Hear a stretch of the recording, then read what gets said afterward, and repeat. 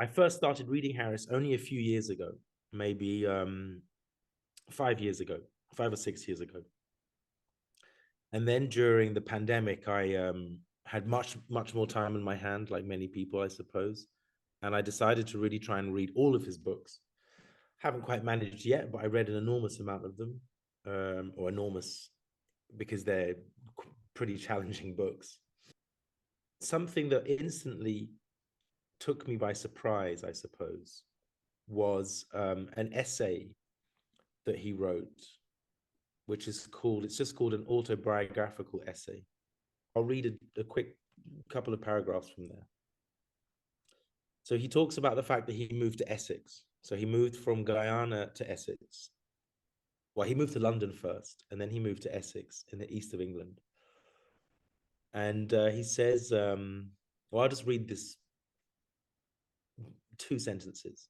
He says, now I sometimes find that the rolling Essex countryside reminds me of an aspect of the savannas of the Guianas. I dream of the survey expeditions I led there and into the rainforests as a young man for 15 years or so. So I'd been reading these books in England, um, largely about Guyana. And then I found out that he'd moved to Essex, which is where my family come from, in part. I mean, I grew up in Norfolk. My father's from Suffolk, but my cousins come from Essex. And I know that East Anglian landscape extremely well. It's a place I spent much, I've really spent a huge amount of time in my life.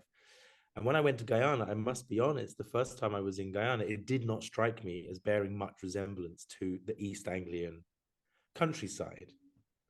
So when I read this, I was baffled and very intrigued about what that might mean. What was it that Harris had seen in the landscape in Essex that reminded him of the Guyanas?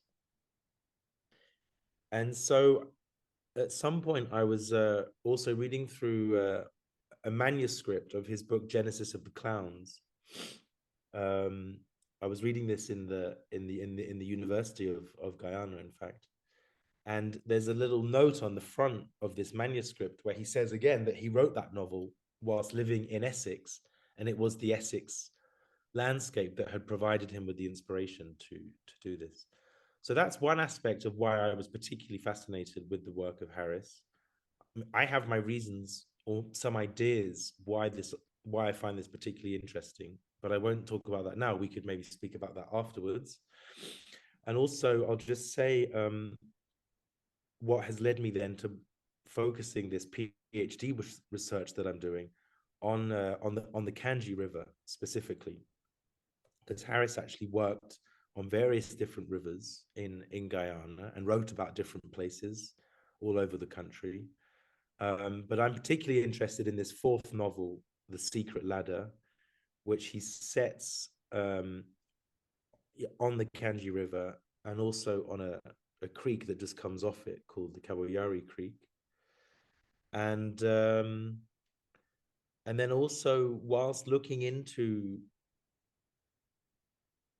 well, I suppose also something that Isabel mentioned, this has been very important for my research, is the fact that Harris worked as a hydrographic surveyor for many years. And it was in fact from the processes of surveying that he was able to generate some of his poetic and literary ideas and methods, at first through poetry, and then later on through novels. So one of the works I've been really reading quite closely and thinking about is an early book of poems from 1954 called Eternity to Season, which was then, in fact, republished. So it's from 1954, the original version, and then it's republished in 1979 by New Beacon Books. And the 1979 version, he actually reconsiders and rethinks some of the earlier poems from 54, and he makes quite a lot of changes to the poems. And in the 79 edition, you have a comparison between the earlier poems and then the later versions of those poems. Um, and one of the things he decided to do was to remove entirely a rather long poem called Canje, which is actually written like a piece of theatre. I'm not sure if it was really intended for theatre or if it's just taken a sort of theatrical form for a way to think about how to present poetry. And um, and in that poem, that long poem or short piece of theatre, there's a character called Ulysses, and he's an old Afro-Guyanese fisherman on the river, on the Canje River. So I started to see a sort of connection between this character and another character that takes a name from Greek mythology, which is in The Secret Ladder, who's a character called Poseidon. So, and Poseidon in The Secret Ladder is apparently, according to the narrative of the book, a descendant from Maroons that had run away from plantation slavery in the 18th century along the banks of the Canje in Berbice. So that also led me to then researching into the history of the 1763 rebellion that started at the Magdalenenburg plantation, and trying to think about that area, that river, the Canje River, and also the Berbice River, as being very important sites for this history. And it's something that Harris picks up on and speaks about in these earlier works, such as Canje and The Secret Ladder. But he, yeah, in not such a direct way. But this history is alluded to through the presence of these characters, such as Poseidon, for example. And just to finish, one final thing, a couple of terms that I'm interested in, sort of poetic terms that Harris has sort of come up with. One of them is infinite rehearsal. And another term I read in another essay, he talks about something he calls quantum immediacy. And because the thing that I've been trying to understand is how his work as a surveyor and all those days and weeks he spent on rivers and in the forest in different regions in the country, how that informed his practice as a poet, formally, intellectually, in different ways. And I can't remember where I read it. Sorry, off the top of my head, I can't remember, but I remember reading that he explained this idea of infinite rehearsal from watching the tides change on a daily basis in on the rivers, or how the river changes in accordance with different tidal flows and how that changes the landscape. So there's this sort of infinite rehearsal that's happening on a daily basis where the water fills the space up and then it recedes and it leaves behind a different type of landscape each time there's this change of the water coming in and the water coming out. And also then that this idea of infinite rehearsal can also be applied to the way that he thinks about the use of, for example, Greek mythology within his own work. He would also refer to that as a type of infinite rehearsal. The using of different pre-existing stories from the history of literature and how he writes them into new versions in his present, for example. So I would even propose that his 1979 version of Eternity to Season is again a form of infinite rehearsal of his older work, well, the 1954 version of Eternity to Season. So this is one example of how perhaps landscape or riverscapes or so-called nature might have informed and influenced the way in which he thinks about how poetry and how literature can be possible. So this is an image, some video I took, which is apparently at the site of where the Magdalenenburg plantation originally was. I could obviously locate the exact site, but I haven't done that yet. We just need to go there with a particular map and have a look. And yeah, Isabel and I were just discussing that it was quite interesting to show this moment, these images, if people are not familiar with the Canje River and the way that it looks. It has this incredible, it's it's very black, it's a very dark river that is created through the vegetation from the forest that falls into the water and rots, and the tannins get released from the vegetation, which makes this black color, and then that turns the river into a kind of mirror. Yeah, you see here, for example, how the landscape is mirrored by this black water. And again, I find this interesting that it's a type of image that is generated. It's an image of the forest that the forest somehow makes of itself in collaboration with the river. If we could, perhaps say the forest or the trees drop their leaves and pieces of branches into the water. The water then makes them disintegrate, fall to pieces. They release their tannins. They make the black water, which renders the river into a type of mirror, which reflects the forest back to itself.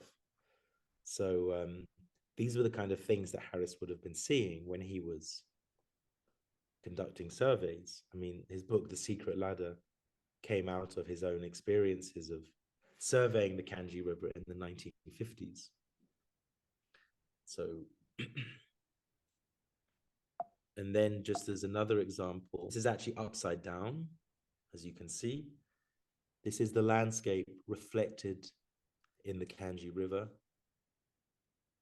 Just to give you an idea or an example of quite precise, or how precisely the river renders that image of the landscape. And this makes me think of another book that he wrote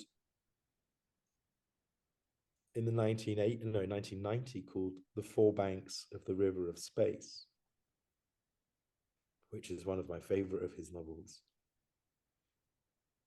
And that's quite a difficult idea to sort of grasp. How could there be a river with four banks? But then when we see these images, for example, and you see the reflection, okay, again, it's upside down. This was for a different talk I gave in London recently, and it made sense to have the images upside down. When you get an image, the image of the river reflected perfectly like this, you quite clearly see it's four banks. You have, for example, these two banks, which are the banks in the reality that we're seeing. And here you have the banks reflected in a kind of surreality, the reality above or the reality below, perhaps, of what we're looking at. And then this is just some images of the way in which the river can actually render the landscape into an abstract image. So again, these are the kind of things that one would have just seen. I mean, I saw this quite simply when I was taking a boat on the Canje River, but it produces this sort of forms of abstraction and somewhat strange, eerie images of nature that nature kind of produces of and by itself. So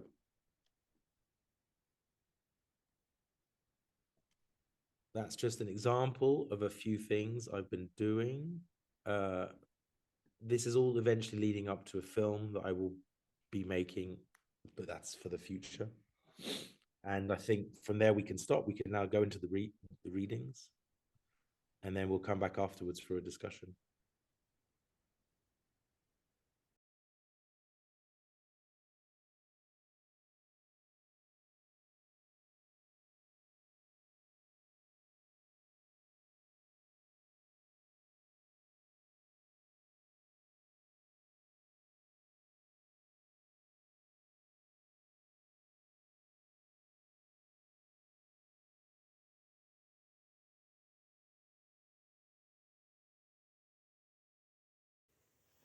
Canje, the river of ocean. Characters: Ulysses, a fisherman; Tiresias, a woodman. Note: there is a legend that a great lake of fresh water feeds the Canje River and is still to dry up. The known facts are that the Canje River is part of a natural flood basin influenced by the ocean tides and successful so far in withstanding long inroads of salt from the sea. It is the source of irrigation for the big estates between the Canje and Quarantine rivers of Guyana. Cumberland, already featured in these series of poems, is one of the villages at the mouth of the Canje River. These villages are subject to salt water in every dry season, and the inhabitants have to resort to fishing for a livelihood, wood cutting in the Upper Canje, or field labor on the big sugar estates. Two boatmen on the river before dawn. Ulysses. Dark water flows slowly. Impact of an interior flood meets the salt sea. Dark water rises and falls. Tide braces and hauls eternity in powerful measure. Inflow and increase. Outflow and decrease of the salt sea. Tiresias. Time is the living certainty where meet the old and the new, the past and the future, the absent and the present, what is past and what is surely to be. Ulysses. Wine of victory spilt over the just and the unjust is like living discreet blood. How then to know in time what is forbidden in the dark flood? Whether pain or joy, sorrow or sweet, home or homelessness the gods have in store for us. Tiresias. Greet the skies again. What lives or dies must be. No pause for the mind, only discovery. Earth and sky again. Seek the open sea again. The spilt blood of every beast will shout to the sky the pain of its spirit. A mindless hunger will possess humankind. As in a dream, bound together in witness, one and several, the commonality of death, the antithesis of time, must remain in its own foul distress. Abstain from plunder and be patient under each unhappy test. So, to the timely harbour and the timely happiness, set sail at every turn of the tide, when the small clouds burn brighter and clearer than dawn. Whistle, the wind of memory will come for your skiff.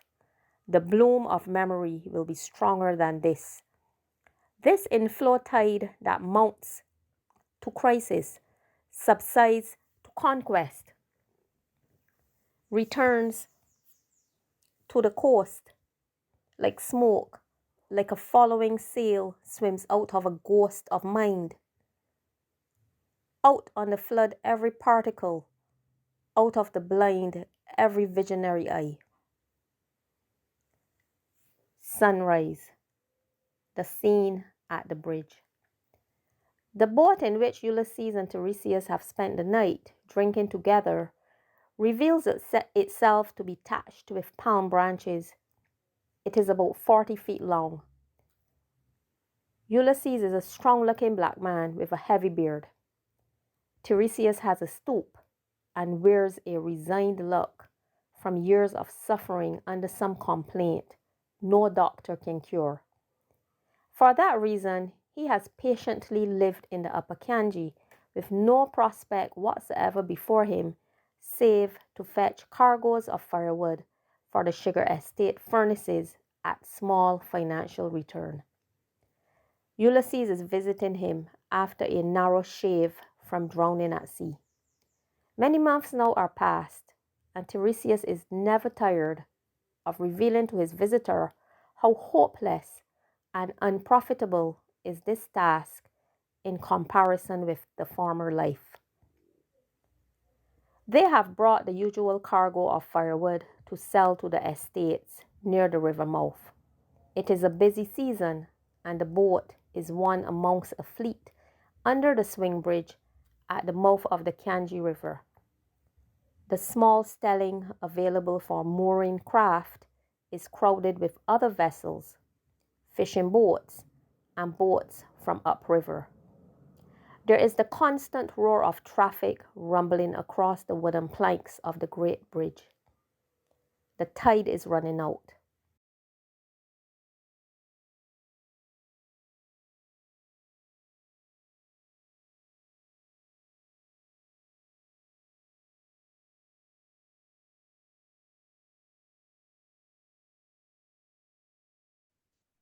Prometheus, Reflections in a Guyanese River. Still pointed detail and perfection, more perfect than reality itself in a dark mirror. The unreal forest, more real than the real forest, hiding the dry quality of faded leaves, seems absolute in each detail, is reflection of the sky, shaded and darkened to somber, still profoundly beautiful, the cruelty of sensation drowned in a dark mirror. The blue resigned background of the world forms its minute range of altered shadow, investing each leaf with the glory of absolute fire, free of torment or flame. So fire becomes black, and the resigned becomes the sensational humanity can endure. Passion wears a perfect garment, a modulation of all fever and tone.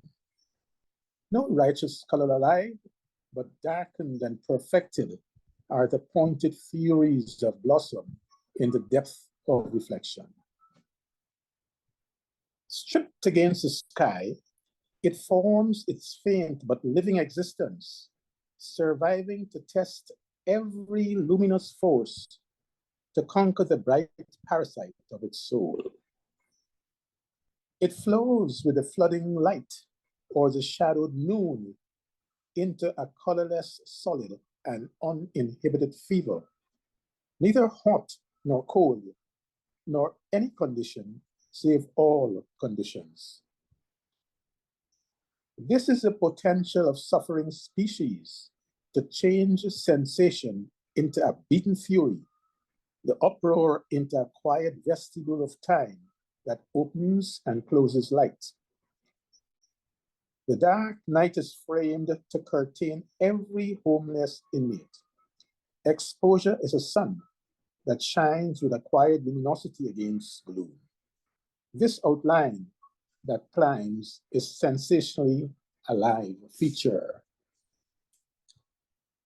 Prisoner chained to the sky is fashioned out of materials of sensation, architecturally altered to find peace outside when turmoil is within, to tone the harsh externality of mind for greater construction still.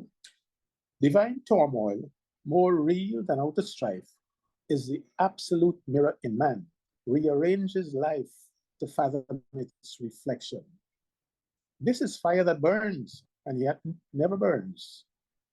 This is spirit that rules and yet never rules. This is time that suffers in endless labor. A child unable to walk stumbles with wings, crowns the mercies of space.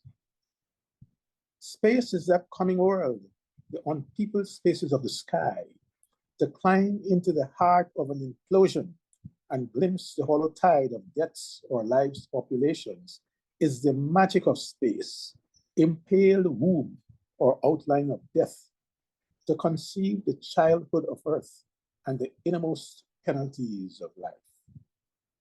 Outer penetration resolves in a grief. Mental labor redeems fire. The unpeopled spaces of the sky are the resurrection of earth. The peopled spaces of earth are judgment of doors faintly ajar in the prisoner chained to the sky and reflected in the cloudburst of a dark river.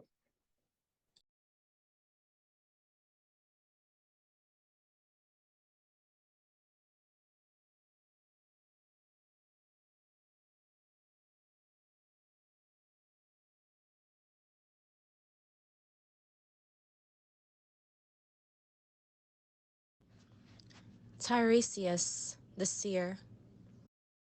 The subtle wings of time unbind this dark village, the old slave lanes, the broken road, ancient trees, time past and gone, gone so swift, the clouds hang, their momentary, quick, cosmic print of rain. Chains of fever in bone and bark rattle, rising to wing every hallucinated perspective. Freedom is a dusty passage, from sunrise to sunset, impregnated with endless particles that bloom and stress, the visions that are nearest their far complexity. They unbind master and slave, owner, ownerless. A cosmic tree in the bowels of earth leans and grows from a dead man's eyes and darkens the world in heaven. Sunlit resurrection meets each flower or leaf. Blue skies in his head, where a bird melts in heaven and deposits a cloud feather. What is and what is not, what's solid and what melts, becomes this or that chained or unchained existence, stands perilous in the grave, half downward wing, half ascending rock, in the fist of a god.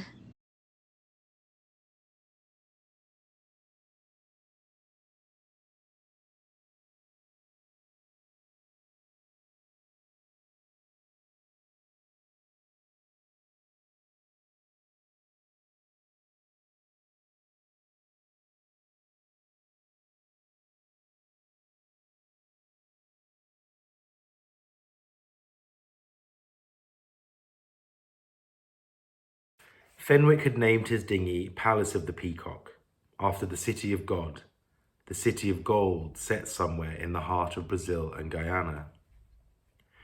He liked to think of all the rivers of Guyana as the curious rungs in a ladder on which one sets one's musing foot again and again to climb into both the past and the future of the continent of mystery. It was a waking dream that would overcome his senses, especially when sitting in his speeding boat, the high drone of the outboard engine in his ears, and the bow of his vessel uplifted to the blue, empty shell of the sky, while the black Canje foamed and bristled and encircled a revolving purpose and propeller somewhere in the vague regions under his feet. It was one of those inward flowering truths that kept him spiritually alive, making him able, as it were, to create an image out of hardship. He had known men who pretended they were attacking an enormous worthwhile devil as they chopped and cut their lines through the thickest marabunta jungle. It nerved them to go on. It steeled them to stand on their feet and to burn and stay alive. How quixotic one was. Fenwick could not help smiling, as if he had confessed to a strange weakness and eternal bolster and root of embarrassment in the face of some secret mocking enemy within himself. The Canje was one of the lowest rungs in the ladder of ascending purgatorial rivers, the blackest river one could imagine. Every tributary had buried its grassy head in a grave of wilderness, green as diabolic flame, with a high waving colour of fresh seeming youth, belonging nevertheless to the darkest fluid of the river's age. No one lived upon or cultivated the Canje swamps and savannas. On higher land, where the water still appeared to possess the actual banks and definition of a river, the inhabitants wrestled with themselves to make a living within their uncertain ground, which was continuously threatened by an erosive design eating slowly across the river's catchment. The Canje stretched before him, the smoothness of a mirror laid upon its sleeping endless back. Wreaths of grass that had escaped from the corners and joined the reflecting shadow of the stream. constantly sought to close the path. He occasionally lifted his hand sharply to warn Bryant of a difficult patch ahead. They were approaching a particularly difficult area. The waterway before them was more confined than ever. The grass growing on either hand came far out nearly to the middle, appearing submerged in a lake of greenest fathoms, under a secretive pitch of mingled transparency and gloom. Large open leaves looking cracked and strained as a man's stretched footprints stood here and there on the water. At the best of times, this was a narrow passage to be manoeuvred, with care, to avoid fouling the engine's propeller. Now it was almost blocked by an immense hurdle of grass. Fenwick signalled, and Bryant shut off the engine, pulling it forward with the same movement until the propeller was drawn clear of the water. The nose of the vessel dropped with momentum, and Fenwick grabbed a paddle and switched the boat to the bank, where it ran snugly within a great subsiding globule of water which had stranded itself on an enormous leaf. Bryant had a slender stem growing out from the land and wound it into a scarecrow's noose. Leaf and grass knotted swiftly together.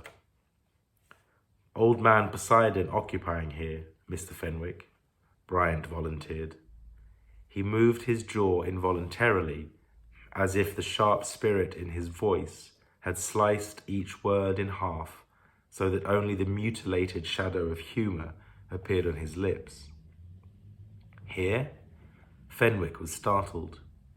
He had occasionally glimpsed an ancient presence passing on the river before his camp, but had never properly seen it or actually addressed it. Rumour had created a tortuous and labyrinthine genealogy for Poseidon, the oldest inhabitant of the Canje.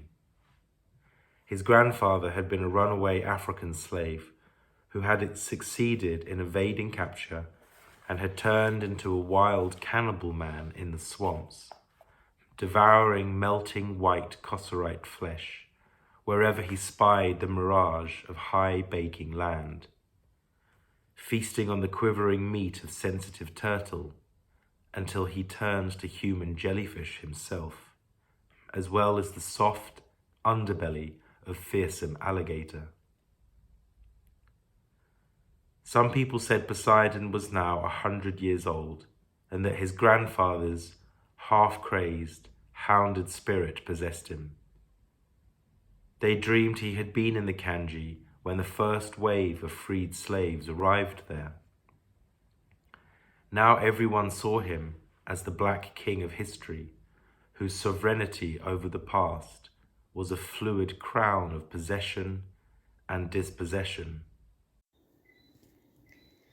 At first, Fenwick saw nothing, but as he peered closely into the barely perceptible door of vegetation, he discerned Poseidon's small upturned boat or corial buried in the grass. It could have been the black startling back of a boa constrictor, many of which often lay like this in the swamps and then vanished. There was the faint, hoarse sound of an approaching body swimming in the undergrowth. Fenwick adjusted his eyes. He could no longer evade a reality that had always escaped him. The strangest figure he had ever seen had appeared in the opening of the bush, dressed in a fan and vest, flapping ragged fins of trousers on his legs. Fenwick could not help fastening his eyes greedily upon him, as if he saw down a bottomless gauge and river of reflection. He wanted to laugh at the weird sensation, but was unable to do so. The old man's hair was white as wool, and his cheeks, covered with wild curling rings, looked like an unkempt sheep's back.